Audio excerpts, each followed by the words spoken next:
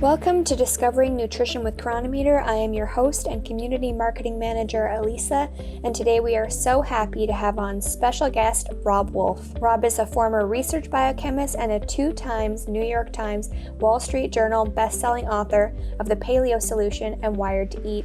He has transformed the lives of hundreds of thousands of people around the world via his top-ranked iTunes podcast, books, and seminars. He co-founded the first and fourth CrossFit affiliate gyms in the world, the Healthy Rebellion community platform, and is co-founder of Drink Element Electrolytes. As always, this podcast is for general purposes only and does not constitute the practice of medicine, nursing, or other professional healthcare services, including getting medical advice. The use of information from this podcast is at the user's own risk and is not to be substituted for professional medical advice, diagnosis, or treatment. Now, without further ado, let's bring on Robb. Hey, good morning. Hey, how are you? How are you? I'm great. My name is Elisa. Thanks so much for being here with us. I'm the community manager at Cronometer, and you've been on our radar forever. So this is really exciting. Yeah. Our CEO mentioned you like probably over 5 years ago to me. So Oh, funny. Okay. Well, Yeah. I recommend you folks all the time. So Thank you. Are you good with diving right in? Yeah, absolutely. Awesome. So this month at Cronometer, we are discussing hydration. And I think it's really interesting because most people would assume that hydration would just basically be consuming water or liquids, when in actual fact, there's a lot more to it than that.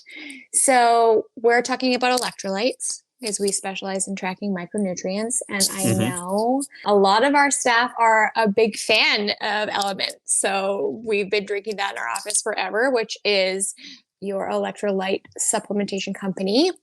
Can you talk to that point about just electrolyte consumption and hydration? Yeah, and just as a little quick, I guess, stroll down history, the formation of our company, the fact our company exists, is due in part because you folks exist.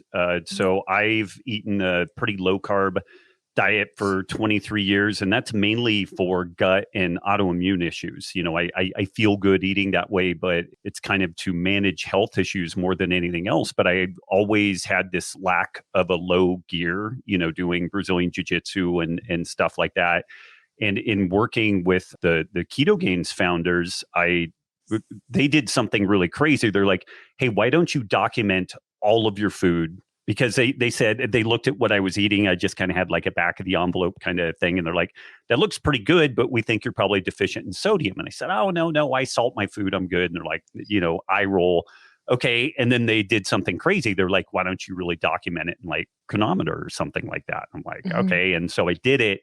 And they wanted me to be at like a minimum of 5 grams of sodium per day. And I was at less than 2 grams of sodium per day, which was probably why I felt like absolute garbage. And so it's that ability to really get granular with regards to, well, where are you really? Like you can guess about it, but when you start documenting things and you have a really phenomenal resource like that, then you know, so we wouldn't exist were it not for you guys being here. So that's amazing. I'm going to tell Aaron that's our CEO, and he will probably be just tickled pink because I think, like you said, you can't track what you don't measure. Yeah, and people can always make best guesses. But I've logged myself for over 4 years now, and there's things like I was woefully low in magnesium. I would have never known that. I'm making assumptions about that I'm eating foods that are going to have it, and then they didn't. And I'm like, whoa. So same thing. It's very eye-opening, but that is getting into the details, right? Like most people are tracking for weight loss or to manage their macros. And then hopefully they evolve to tracking micros as well. Cause that's obviously where you've seen the difference. Like if you were having performance issues, and same goes for me. So Yeah, That's and amazing. circling back around to your original question, it's funny on this hydration topic. Typically, when people hear the term hydration, it's just water, and maybe Hmm. you'll think about like electrolytes or like a Gatorade or a Powerade or something like that. But usually, it's just water. And what's interesting, if you grab a textbook of like medical physiology, like a Guyton's textbook of medical physiology, and you look up hydration is water and the associated electrolytes. And they're inseparable, because when we look at the most tightly regulated physiological processes in the body, pH and electrolytes are arguably the most tightly regulated. Blood sugar is tightly regulated, but it can go up or down by orders of magnitude, and we can still live, we can still function, we may not feel as good. But if pH is off by a little bit, if electrolytes are off by a little bit, we die. And so it is this Oh, really wickedly tightly controlled piece of our physiology. And if it's not on point, you can feel, there's this whole, once you hit the point of cramping, you've been in yes. suboptimal electrolyte status for so long. Like your fine motor skills have been decreased, your cognitive functioning has been decreased, your ability to just recruit muscles and do it in a coordinated fashion has been decreased by the time we hit that cramping stage. So the hydration story is so incredibly important. It should be kind of like the fourth macronutrient, or maybe the fifth, because people are saying ketones are like the fourth macronutrient. So maybe Yeah. it's the fifth one, but it really should be right up in there, because, when we consume protein, carbs, fat, and that material gets metabolized to produce energy, it is sodium potassium pumps that drive the bioenergetics of our bodies. And so the food we eat doesn't matter if we don't have the electrolyte substrate to be able to play the role in energy production. So I don't know if I did a great job of answering your original question, but I mean, it is a shockingly important piece of the story, and clearly that's a self-serving position for somebody who's hawking electrolytes. But we were founded also originally as a homebrew thing. We told Hmm. people how take this much sodium chloride, this much potassium chloride from like no salt, grab some magnesium citrate, mix it all together, lemon juice, stevia, shake it up and go. And we posted a downloadable guide to that. And 6 months later, we had 500,000 downloads of it, Amazing. and so it was clearly this huge need that was going unmet, which I Hmm. couldn't believe. When you look out at the world and there's all these different options, but we really looked into all this with kind of a fresh set of eyes, and much more aggressive in tackling sodium supplementation in particular, to make sure that people were really topped off on that part of the story, then adequate body water so that you're getting just an appropriate volume of Hmm. liquid. And oh, by the way, we also have these other electrolytes, potassium and magnesium and chloride and bicarbonate and all that stuff, and being able to effectively address that.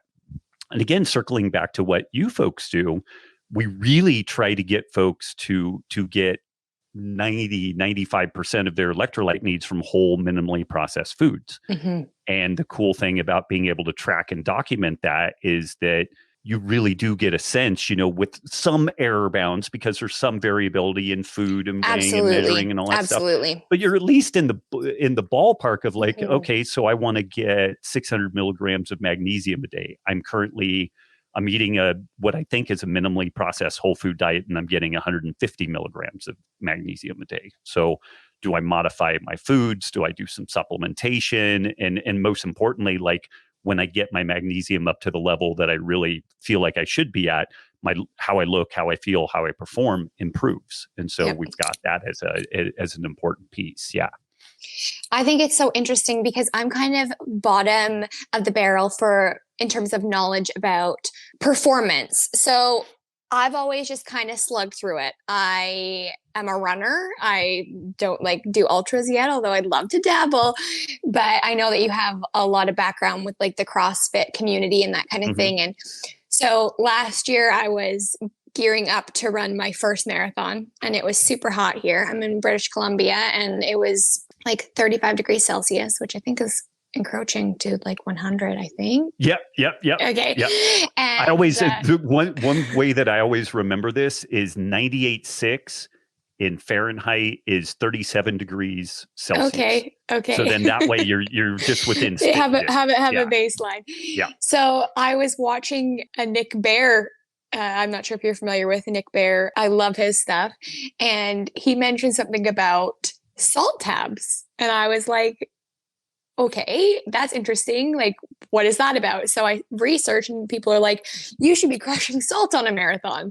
And then there was all these other variables, like if it's over this temperature, you should need to be having more to prevent cramping and stuff. And I was just so used to like going out there and just doing the thing and kind of like suffering. And then I was like, I actually don't need to do this. So I set up, because I was just doing a marathon just for fun. So I was setting up like little stations of water, and then I had salt and that kind of thing. And so I had no idea that it could help performance. Obviously, you've known that forever. Not forever. I had 23 years so I've been eating a low carb diet for 23 years, and 19 of those years I was largely, I knew electrolytes were important, but I when I look back at both my challenges with performance, both cognitively and physically, like sitting down and trying to like write books and do things like that. And then also the thousands of people I've worked with. Like if this knowledge had been front and center for me in 2001, like I could have been somebody when I grew up, I think that you are already. I could have really been somebody when I grew up. Like it's so odd. And this maybe drives things a little out in the weeds, but sodium is so interesting because it really is tied into blood pressure, and we have to have some dishes application there. But the primary driver of elevated blood pressure, hypertension, is it really seems to be insulin resistance. And then we retain excess sodium, and then that drives blood pressure. The flip side of that is that people with high blood pressure who go on low sodium diets, it really doesn't lower their blood pressure much. Like it'll bring it down a little bit, but it doesn't fix the problem. The problem is the insulin resistance. But sodium broadly was given this kind of negative health profile because of its association with hypertension. So then we just ignored it. We're just like, well, just drink water, and it was around the time that we really started seeing more hypertension, that the metabolic syndrome was kind of characterized, that there was also this kind of mythology around we should drink 8-ounce glasses of water a day. And that combo has literally killed people, like people doing ultras and marathon, triathlon and whatnot.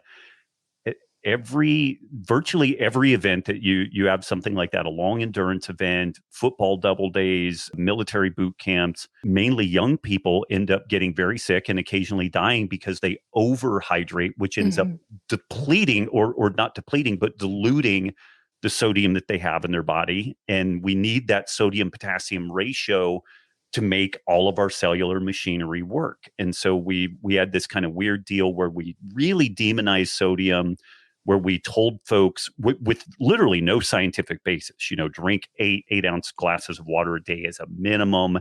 And often, and then people being people, they're like, well, I'll do even more than that. If a little's good, more is better. And it makes people really sick, and it has really negatively impacted their performance. And when I look back at the folks that I've served over the years, if I had had a better understanding of sodium, it would have been a huge deal. And I have to do a shout out to Greg Glassman, the founder of CrossFit. I remember having a conversation with him 2007.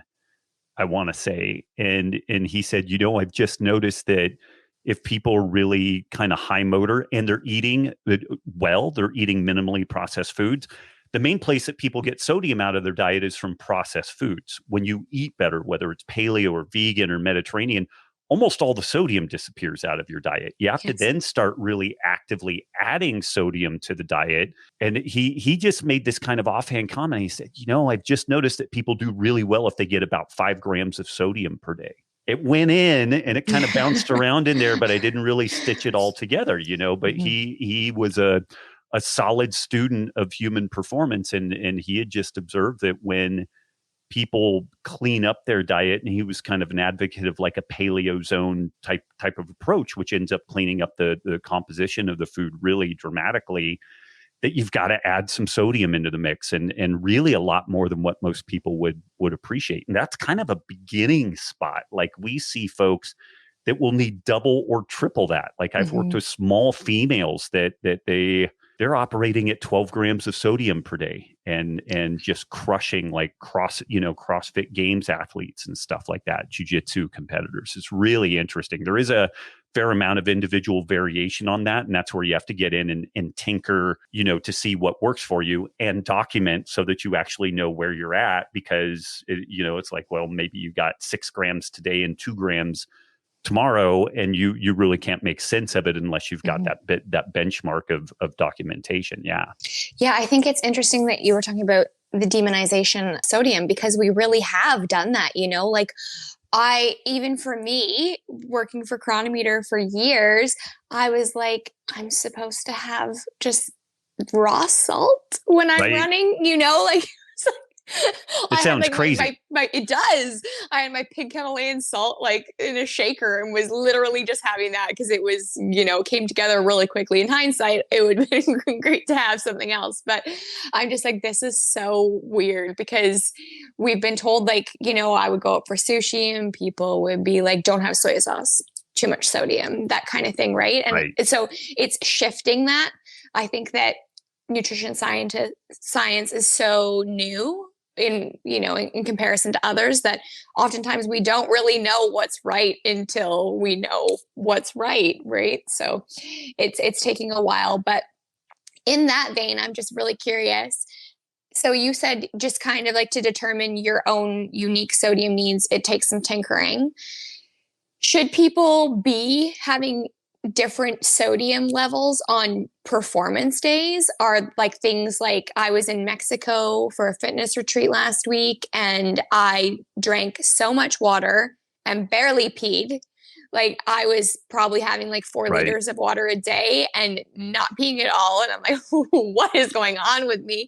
Like, should we be accounting for climate changes or performance activities? Like, what are your thoughts on that? Yeah, absolutely. And I mean, that's where there's no an outfit out there now that they do like a skin patch and it will kind of calculate maybe how much sodium you've lost. And I was super skeptical at first, and I'm blanking on the name of it, but I have some friends that I trust, and they're like, this thing helps me. Like it helps me kind of zero in on what's going on, because the theory there is like, if you have your height and your weight, and then you've got a patch that is a known size and you put it on, then you can calculate how much the rest of your surface area is. So if you know how much, salt you lost through this patch, then you can kind of calculate like full body sodium loss. And there's some good science behind that. But that said, we also know some kind of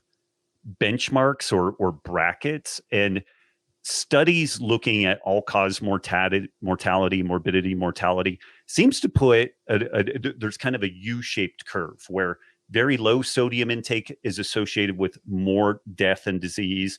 And then when you get down to about 5 grams of sodium per day, it's kind of the low ebb. And then what's interesting is as you start getting higher sodium intakes, you do see increased morbidity and mortality, but you have to get out to like 8 to 10 grams of sodium per day in a general population to be as sick as what you are at 2 grams per day. Mm-hmm. So it's more dangerous to be too low than too high. But so like 5 grams is kind of a pretty good place to start, assuming that folks are not insulin resistant. They're not hypertensive. Hypertensive probably shouldn't supplement sodium all that much, but they should modify diet and exercise so that they're not insulin resistant. Absolutely. And then we're back to the spot where you are actually going to need it. But then what's interesting, even looking at American Council of Sports Medicine guidelines for people exercising in hot, humid environments, for people who are high motor output, ACSM guidelines are 7 to 10 grams of sodium per day.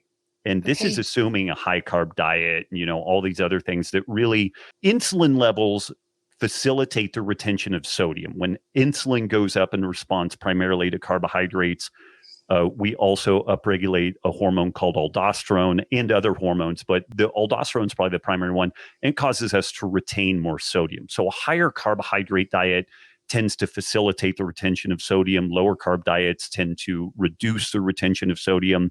So any given person, let's say your needs for sodium are, you run a certain mileage every day and it's a certain heat and humidity, and you figure out that you need 7 grams of sodium per day. Let's say then you tinker with a ketogenic diet. It may double your sodium needs, just going from like a 40% carbohydrate diet to a 10% carbohydrate diet. So that's a huge bit of variability there. Humidity can double effective electrolyte needs. Temperature, related to that. Altitude is one that folks miss. And this is where people get in trouble in the winter, because when we're cold, our thirst mechanisms tend to get downregulated. And I'm not sure about the evolutionary biology on that, but I think it's, if you're already cold, I think biology kind of has this sense that most of the liquids in the environment we would experience would be cold. So you don't really want to drink a lot of fluid. So because it would make you colder. What's interesting is cold weather and altitude makes you less thirsty, but it also dramatically increases hydration needs. So that's a sneaky spot there that people can get into a lot of trouble by not properly dealing with their hydration and their electrolyte status. And when you really dig into the physiology of, say, altitude sickness, you notice that, it like adequate sodium levels are a huge piece of fixing that. Like when you look at the field medicine around that stuff, it's usually some sort of a saline solution or like chicken bouillon or something like that to really give people a significant bolus of sodium, because it improves fluid volume, and that will further improve like cardiac output, because we want each beat of the heart to be efficient, and we don't want it like running like a hummingbird or something like that. So yeah, and I know again that was like all over the place, but I love it. Temperature, humidity, size of the individual tends to be a little bit different male to female. Males tend to not sweat as efficiently as females do, so women tend to have more of a misty type of sweat production. And there's some thought around that. Developing fetuses are pretty temperature sensitive. So women need a little bit more finely tuned evaporative cooling than men do. But men tend to just produce these big, gross drops of sweat, which they cool you, but they're actually not very efficient. But what we find is that from one person to another, and again, it tends to be more, men tend to be more what we call super sweaters, although some women can be in this case. They can double the amount of fluid lost and electrolytes lost relative to a person who is a normal sweater. So there is this really remarkable spread that people can experience, like size, 6'4" person versus a 5'2" person. That's going to dramatically change things. Temperature, humidity, basic genetics, like whether you're a super sweater or not. Those things are huge. And then dietary status. Do you eat a fairly carbohydrate-rich diet? Do you eat a lower carb diet? And all of those things end up factoring into the total electrolyte need. And that can vary significantly from day to day. Like when I lived for 2 years in Texas, there was never virtually a day that I wasn't hot and humid. And like now I live in Montana, and it's so much cooler, so much drier. My electrolyte needs are like half of what they were on an average day in Texas. Like it's just stunning how much different it is. And I'll go occasionally to Costa Rica once a year for a jiu-jitsu camp. And it's probably like when you did your fitness thing in Mexico, like I drink electrolyte water constantly, and I barely pee. Like over a 3-hour session, I will hammer, but it's 95 degrees, 95% humidity. I'm wearing a jiu-jitsu gi, and it's insane the amount of water and electrolyte loss that I have under those circumstances. Yeah. I feel like I must not be the norm, because I honestly do feel like I'm a super sweater. Okay. Holy, it just gushes out of me. So how do people know though, like how much to take or when they should? So you gave us kind of like a baseline, but like we've talked about performance. How do you know that you're running low in electrolytes? Like what happens to your body when you are low? Because I'm sure that's happening to a lot of people. They just don't feel well Yeah. and they're not checking their electrolytes and they're probably just like super sluggish, which is happening to me. Like the cramping thing was I'm so glad I just happened to stumble upon the ultra video that Nick Bear shot because if that didn't happen, I had no cramps. Like Yeah. it was hot out. I was sweating a lot. I couldn't believe because up to that point, like I just kind of like went for the marathon, you know, I didn't really train for it, but I had no cramps. And then the next day I had no muscle soreness. And I'm like, is this like, what happened? Is it that good? Is taking sodium in this case that beneficial? Right. It's kind of crazy. The timing. Let's see how to tackle this. The symptoms of low electrolyte status start subtly, and usually it's kind of some lethargy, brain fog, fatigue. And the bugger with that is, okay, so I start feeling not energetic. I start kind of winding down. And let's say you're just doing computer work or something like that could creep up on you for a long time where you're like, oh, I really feel like shit. And I'm just kind of like, degrading, but you don't notice it as much. If you're doing physical activity, like if you're playing soccer or something, you're like, I'm just not making it to the ball. Like my timing is off and whatnot. You start noticing it more in those performance scenarios. But the first things that go is kind of like top of mind, like getting names, information, like really quick mental firing, because our nerve impulses are generated by sodium, the action potential of sodium potassium pumps, so you start noticing that like kind of when you're really kicking on all cylinders, that's gone. And then that fine motor skill, and that's kind of a tough one to notice, like maybe tennis or ping pong or something, like you would really notice that stuff degrading. But like if you're like a football lineman or something like that, or rugby, like you might not notice the fine motor skills quite as immediate, but cognitive fatigue, kind of coming unhinged mentally, not as good a fine motor skill. And then it starts shifting into elevated heart rate. So decreased ability to produce power, basically, whether it's aerobic or anaerobic power. And then it just starts shifting forward worse and worse till you get to the point of potentially cramping. Although not everybody is as prone to cramping as ever, there is some individual spectrum on that. And then eventually it's like heat exhaustion and inability to maintain body temperature is kind of like the end stage of that. And the really fascinating and kind of cool thing about being on point with electrolytes, and this is kind of how I was set straight on this. I was arguing with my coaches. I get it. I think I get enough salt. And they looked at what I was doing and they're like, no, you don't. They said, do you have any pickle juice at home? I'm like, yes. They said, get like a 6 to 8 ounce glass, drink some pickle juice, then go do your workout. It was literally the best workout I'd had in like 10 years. Really? And I couldn't believe it because it's 5 minutes, you start feeling better from electrolytes. 10 minutes later, it's fully integrated into your system. And, like I take creatine every day because I know it's good for me. Like the studies are just unequivocal. It's neuroprotective. It protects the vascular endothelium. So it protects you from like heart attack, stroke. It maybe has anti-cancer properties. But if I forget to take it, I don't feel any different. Like I'm one of these people that doesn't really respond better with like working out. But in theory, it's this thing that is helpful, and so I take it.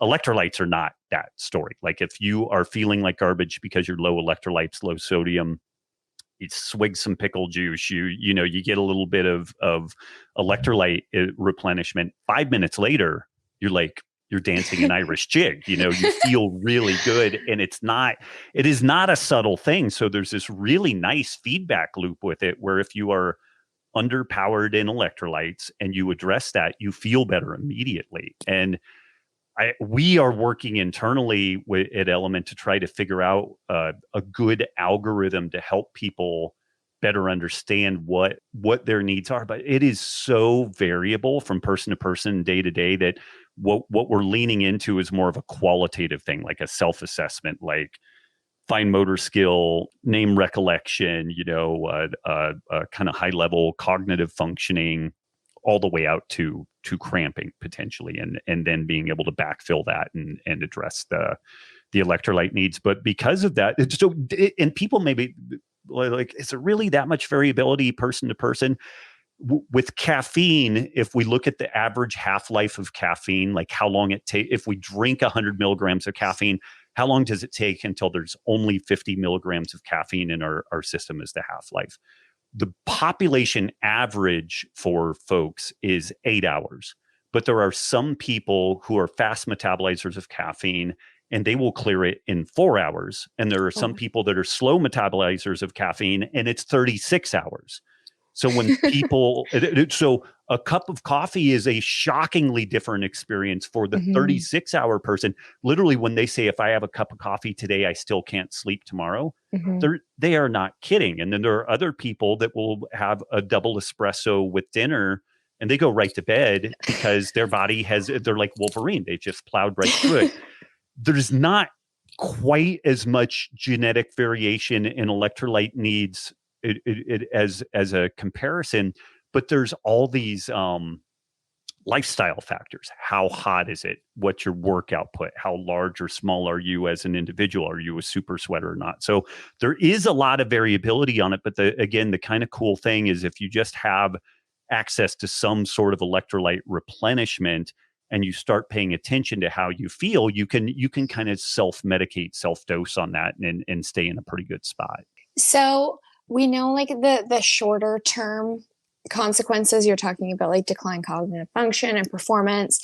What happens if someone is living in a state and has been for a long time where they're woefully under their electrolyte consumption? Like, does that have long-term health consequences? Is it something that can be repaired with a jar of pickle juice? Like, can you touch on that, Phil? Yeah, one of the kind of gnarly consequences, which it affects everybody, but I think, again, maybe affects women even more. One of our primary repositories of sodium in our body long-term is our skeletal structure, our bones. And under kind of evolutionary pressure or like a hunter-gatherer level of activity and living, we could see where we would store some sodium and calcium in our bones today, and then maybe tomorrow we're short on it, and so we pull a little bit out. But overall, the net aggregate is we're kind of in a homeostatic spot where everything is kind of normalized. But if somebody is chronically sodium deficient, they will pull it chronically out of the skeletal structure, out of the bones, and that will also pull calcium out of the bones. And so there's this really interesting linkage between osteoporosis, osteopenia, and inadequate sodium intake.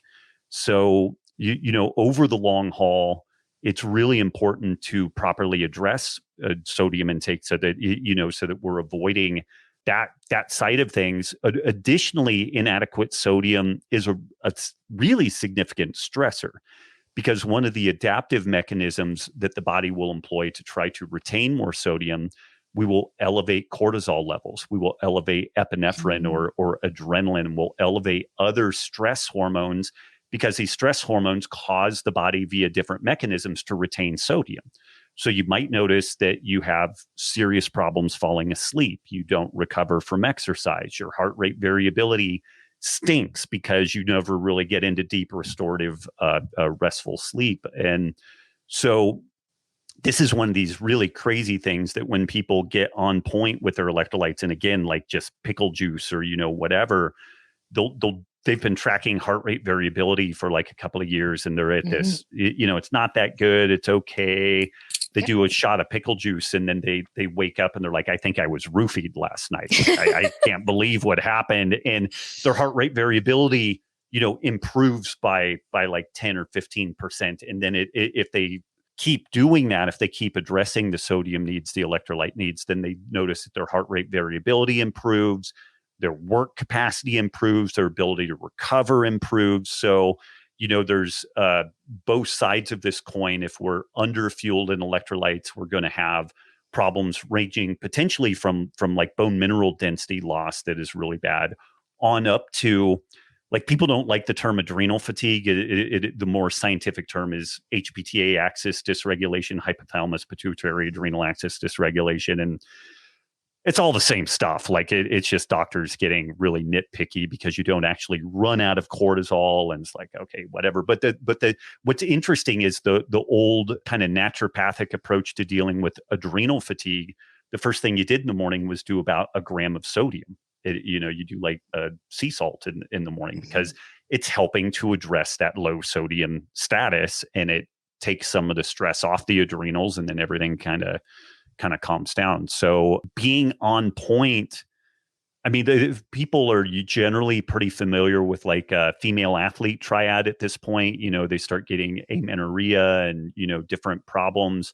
Inadequate sodium intake is right up there. Like I see so many people there, and particularly if you're really trying to run the razor's edge of performance. Like I worked with a young woman who's an Olympic rower. And so it's a weight class sport. So we have to really watch her food intake without blowing her up, without creating an eating disorder and all these other things. And she was just always on the razor's edge of overtraining. And what was fascinating with her, when we really addressed sodium intake, it was easier for her to maintain weight because her body wasn't under the same degree of stress. So she actually got leaner, which we wanted because we want that power to weight ratio to be better. It seemed like her carbohydrate cravings were much diminished when we addressed the sodium intake needs and whatnot. Like just everything got easier, and it was super counterintuitive. And like the usual thought for weight class athletes is that you want to limit sodium because sodium causes water retention, and and there is some truth to that. But the reality was that she was retaining sodium anyway because of the stress she was under. And when we properly fueled her with sodium, significant part of that stress went away. Like the cortisol levels probably decreased, and some other hormonal elements ended up normalizing. And then it was easier to run her leaner and have good performance and good recovery and whatnot. And she did really, really remarkably well a couple of years ago in her competitive, cycle. So that's a good example of when we get on point with this stuff, like how beneficial it is. And then when we see somebody, I'm probably a good example of the person who was underfueled on electrolytes for ages, and kind of some adrenal type issues, a little bit of thyroid type issues. And then when I properly addressed that, all of it just went away. And it was not a subtle effect. It was like a light switch getting flipped. This is something now I'm going to pay attention to with running, because I usually run about like 10 kilometers every day, and my run times can vary significantly. Like obviously I do track things like my HRV, my heart rate variability and stuff. And I've been running for a long time, but I'm like, well, how come some days I hit these PRs out of nowhere? Mm-hmm. And then other days I'm just, behind the eight ball. But obviously I just need to pay more attention to sodium. And I think that what you're talking about is one of our philosophies. Obviously, we're talking about electrolytes in this case, but nutrition is so important. And I think having Cronometer with accurate data and that kind of thing goes so far, because there's so much that I do believe can be fixed with knowledge, really. Like I talked about this a fair bit, but I was deficient in magnesium for a really long time, and I was getting muscle twitches. Like if I would go out and exacerbate a muscle, like the next day it would just be like constantly firing. And I went through so many different tests and that kind of thing. And it took months for them to figure out that it was just really not having enough magnesium was causing these issues. And I'm like, I would have saved myself. Like, I mean, healthcare in Canada is free. So I'm really lucky that way. But if I had been living in the States and paying for healthcare, and then like, I had like ECGs, like I was seeing neurologists, and all that happened is I needed to have more magnesium, like that would be really hard. So I feel, because I've benefited not just in like a body composition way, but also from that by tracking with Cronometer.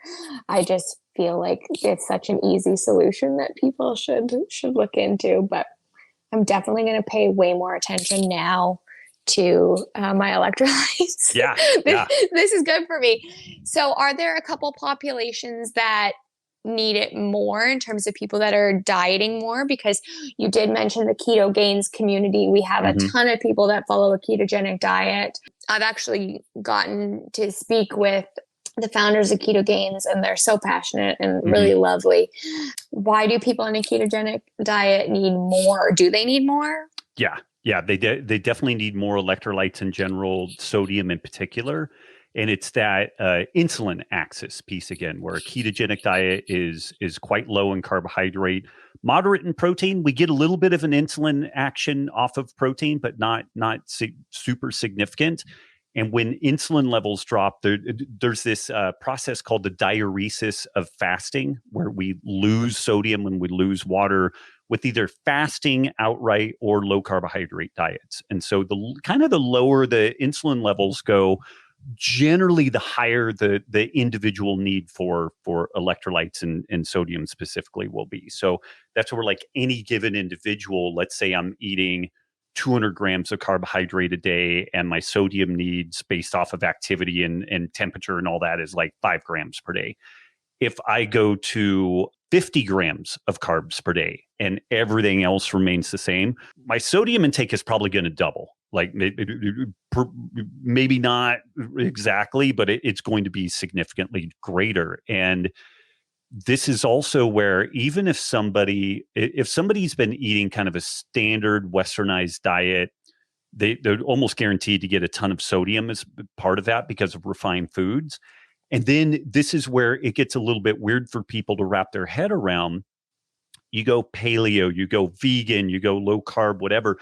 I guarantee you your glycemic load decreases. If you shift from donuts and Pop-Tarts to like quinoa and brown rice, your glycemic load is going to decrease. And when that glycemic load decreases, your insulin load decreases. So what's important to understand with that is even a high carb but whole food diet is going to be a lower glycemic load than what most people experience with a processed food diet. So your tendency to retain sodium will drop. And oh, by the way, all of the sodium you were eating is gone. Unless it is interesting, like traditional Japanese foods like miso and soy sauce. In Italy, things like pickled, peppers and olives and things like that. Like most of these traditional cultures have these very salty condiment foods, and they're a mainstay. You never see a properly appointed like Greek meal without these like super salty, kind of side condiments with it. And so it's an important piece. And again, there is vast individual, like my needs versus your needs may be remarkably different, but our needs will definitely increase if we, for electrolytes, if we decrease calories, carbohydrate, or like the combination of both. Yeah. This is amazing. I feel like I've learned so much.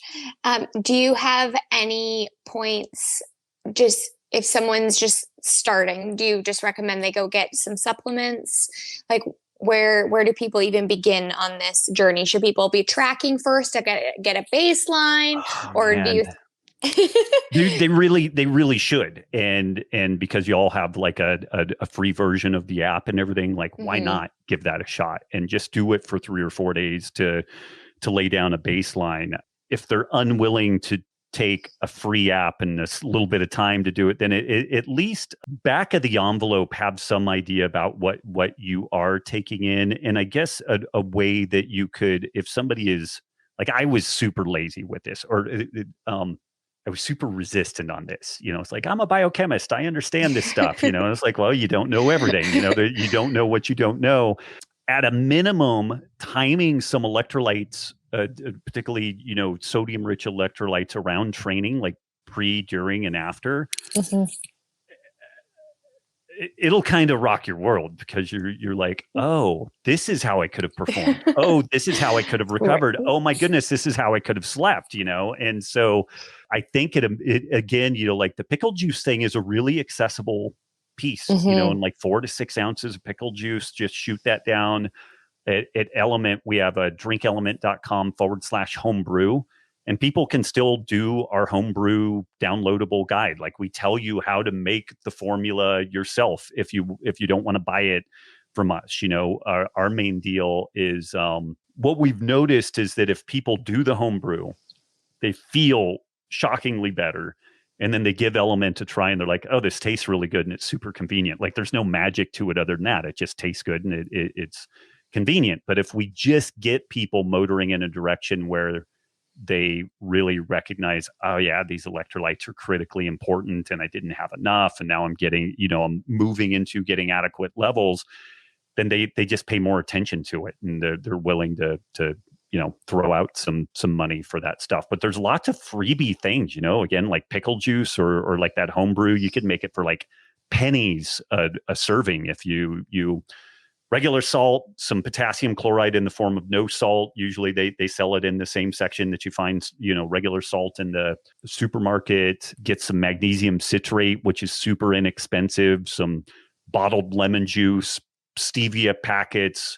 And we tell you how to mix all the stuff up and you just go to town on it. But if people will address that, again, particularly pre-post training, and a lot of folks, if they have problems sleeping, like doing just a little bit of sodium of 500 milligrams to 1,000 milligrams, which could be a quarter teaspoon to a half a teaspoon, just a tiny bit of water, like just enough to swizzle it down and shoot it down before bed. If you have problems waking up in the middle of the night, in particular, if you get up to pee, then it will really help with that. But this is one of these, I hate the term biohacking, but it's kind of a Do hack. you? I just detest it. There aren't really hacks. There's like understanding biology and then there's trade-offs, The hack thing kind of suggests like a shortcut. And and there's really not. But this one, if there is a biohack, this one's close to it.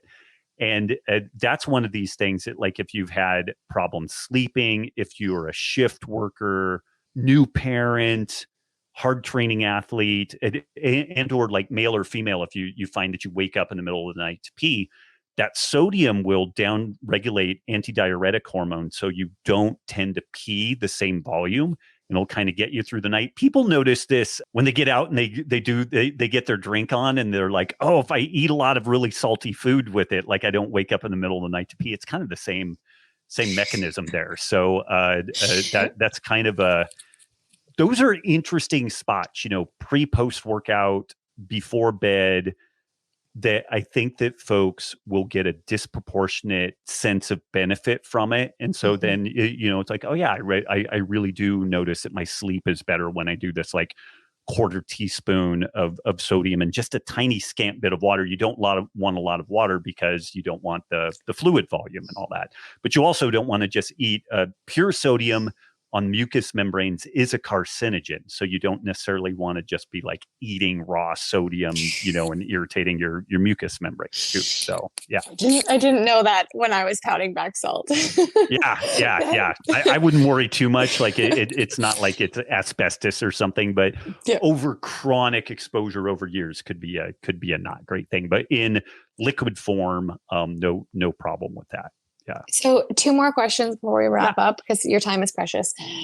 One, should someone always be adding something like Element to their water all the time? Or should you be like, do you think that people should be drinking pure water? Because I honestly love adding stuff to my water. I just like the taste. Can I be overdoing that though? You know what? So I don't know. Maybe I can share this with you after we get offline, but there's a paper. It's called Current Biology, Evolution of Water Consumption in Humans. And what this thing suggests, I'm working on a big blog post about this. I don't know that people need electrolyte water all the time. the thing is, so like I'm sipping on a thing of tea, but the tea, I actually have some electrolytes in it. Like I put the raspberry tea in it, and it's black tea, but with raspberry element, and it tastes absolutely amazing. But It sounds amazing. we are super habituated to drinking a lot of fluid. Like we'll have our cup of coffee, we'll have our tea, we'll have this, we'll have that. And so from an evolutionary biology perspective, I think we chronically overconsume liquids, which further increases our need for sodium and electrolytes, interestingly. So this paper makes the case that humans should be looked at more like a camel than like this really water guzzling organism. Like we are remarkably good at maintaining work output, electrolyte status, and fluid balance under really high heat, high work environment. But the thing that screws it up is consuming water absent electrolytes. And that's this kind of weird thing. Like one is almost better off. Like if you're, and clearly there's a limit to this, but you can get in more trouble quicker. Let's say you're in you're a roofer, like you're doing roofing, and you're in Northern California. It's 105 degrees and 40 degrees Celsius out there, and it's blistering hot, and you're getting the reflected heat off the roof and the whole ball of wax. One, you should probably structure your work so that you can, work early, take a break during the middle of the day, work late, like, strategies like that, which is exactly what hunter-gatherers did and do. They don't typically subject themselves to the absolute worst heat of the day, interestingly. But if you couldn't address that, let's say you just had to get some stuff done, you're in more danger drinking plain water than drinking no water at all. Now, there's a limit to this. You're eventually going to so deplete your fluid volume that your cardiac like your heart rate is 150 beats a minute to just like stand there and stuff like that. So there's a limit to that. But it's a weird deal where, and again, of course, it would be self-serving for the guy hawking electrolytes to say, yes, every cup of beverage, put the chocolate salt in your coffee and put the raspberry one in your tea, and on and on. But there's an interesting balance there where I think people, myself included, I'm very habituated to drinking some amount of fluid throughout the day. I just enjoy it. When it's cold weather, that cup of warm coffee is just like amazing and all that. But you can and will your electrolytes. And so you need to be aware of that and address that. So it's kind of one of two things, like and we do get electrolytes from our food overall.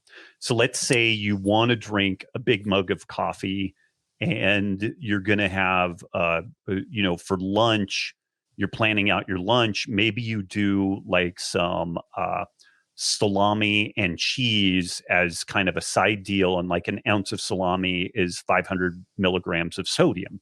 So long as you pepper in the sodium somewhere else, you'll be okay. But if you're doing your low carb, low sodium, because sodium's bad, and you're pounding liquids, like you're going to be a disaster. That's going to be a really difficult thing to deal with. And again, I know that was a long, meandering answer, but I'm working on a blog post that kind of makes the case that we're probably drinking too many fluids in general, which sounds crazy. Like it absolutely sounds like madness, but I think the physiology and the evolutionary biology is really sound on that. So I'll ping that to you, and I'll shoot a copy of this paper to you if you want to include with the show notes, just so that people could take a look at that. The main takeaway being that if you are consuming a lot of liquids throughout the day, you need to be strategic about where you're going to add in the other electrolytes, in particular sodium. And again, that can come from food. Maybe it's like salted nuts or something like that. But again, this is where you want to document what you're doing, so that you know that your quarter cup of almonds actually provided the 300 milligrams of sodium that you wanted and all that stuff. Yeah. So final question is just about timing. You mentioned like within 5 minutes of consuming pickle juice, you were just Superman. When should people be, for performance, we'll say, like, when should I be drinking this? Probably How soon about before?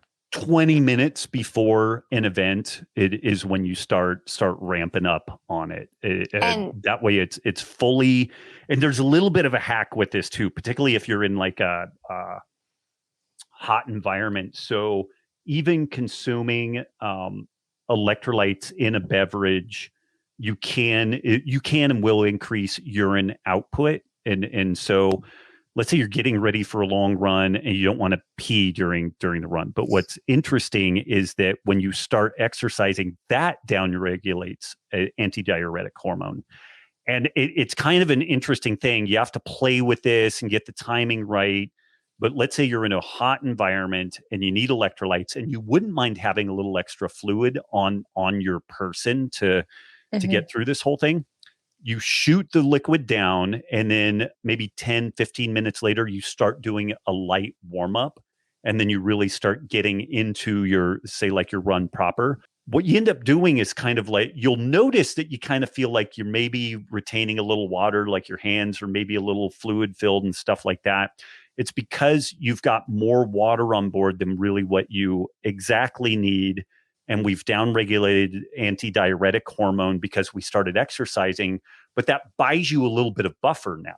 Like you can now sweat that stuff out and lose it via sweat. You have to play with that. Like it can be problematic for some people. Like they can not feel good from it because you kind of like bloat up like a tick for a while and it doesn't feel great. But that 10 to 15 minutes, 10 to 20 minutes before physical activity, you start putting it in. And so like I have a regular size water bottle, but if I do my jiu-jitsu class, I'll do, a liter bottle. I've got one stick pack in there, which is 1 gram of sodium, 200 milligrams of potassium, 60 milligrams of magnesium. And I'll just do a couple of sips of that at the beginning of our main class, which is drilling. And it's active, but it's not super active. And then we have live rolling where we're doing like 5 or 10 minute rounds, change partners. And it's really demanding after that. And maybe 10 minute, as we're wrapping up the main class and we're 10 minutes out, I'll drink half of that 1 liter thing before starting to roll. And then maybe 20 to 30 minutes into the rolling, I will do half of my half. And then I save the final, quarter for when I'm done. And I actually top things off with that. So I've got a little bit going out the door to help on the recovery side. And if it's a really frisky day or a hotter day than normal, I might just go fill up another one and then do another full stick pack. But usually that gets me through. And typically I've had like one as part of my tea or coffee in the morning, or I make sure that I've got a really salty side food. Like if I just want coffee and I don't want to do like the chocolate salt in it or something, then some bacon or sausage, and I make sure it's got about 1 gram of sodium in it. And so I'll do one first thing in, early in the day, one as part of my peri-workout deal, and then usually one somewhere within an hour after having done jiu-jitsu. I will do another one because I just kind of feel like I need that. And this is kind of an interesting aside. If I'm still feeling kind of cognitively beat down after a workout, like I'm kind of lethargic, I just keep consuming sodium until I feel normal. And it sounds crazy, but I'll do another element. I'll do some pickled juice. I'll go do some salami or something. But it is so weird. It's so frustrating because there were so many years, so many workouts, so I'd be done, and I was like cognitively just cooked. I was worthless the rest of the day. And now I can kind of like bring myself back to normalcy by getting adequate sodium intake. Yeah. It's incredible. I think that this podcast interview is going to change my life. Awesome. Yeah, I honestly. And hopefully for the better. So absolutely. This is going to be something I'm really going to pay attention to. And I hope that anyone that's listening, because we are going to be sending this out to all of our email subscribers, I hope that other people get value too. So we can find you in our cupboards. Where else can we find you? Tell us about your social media handles, website, books. Oh man, I have a Substack, robbwolf.substack.com, and that's kind of the main place. I have Instagram is at Das Robb Wolf. I'm Robb Wolf on Twitter. I don't do a ton of social media. Like it's just gotten so toxic at this point. Like I'm kind of broadcast only there. And then if people want to hang out with me, like I'm over on my Substack, it's a free Substack, but I just found that the process of asking for an email, like I've had no assholes over there so far. Like everybody's very kind, very, they'll push back on things that I throw out there, but they're just like kind and thoughtful about it. Whereas like regular social media is just like, I can't really stand it. So I do broadcast on some of these other spots, but I don't really used to. I spent 3 or 4 hours a day answering questions on social media because I just looked at it as my job and I thoroughly enjoyed it. But when everybody lost their collective minds, I was like, okay, I'm done. I'm out. So, yeah. Where can people buy Element? Because I want everyone to feel great. So it's Amazon Canada, Amazon US, like Australia, New Zealand, Europe. It's still a little bit difficult to get. You can get it. And then drinkelement.com is the main website. And we have a phenomenal blog too. Like if people are interested in the science, like we've done a ton of in-depth writing on this stuff and continue to develop more. So drinkelement.com is a good spot if you want to order it. And then definitely for like deeper dives into why sodium is important, like everything that we've talked about, like we actually have scientific citations to be able to kind of back that up. We love science so much. We love science. Awesome. Thanks so much for being here, Robb. I really appreciate it. You've been a wonderful guest and I'm definitely more educated now. Awesome. Ton of fun. Thank you. Yeah. Take care. Bye-bye. Bye.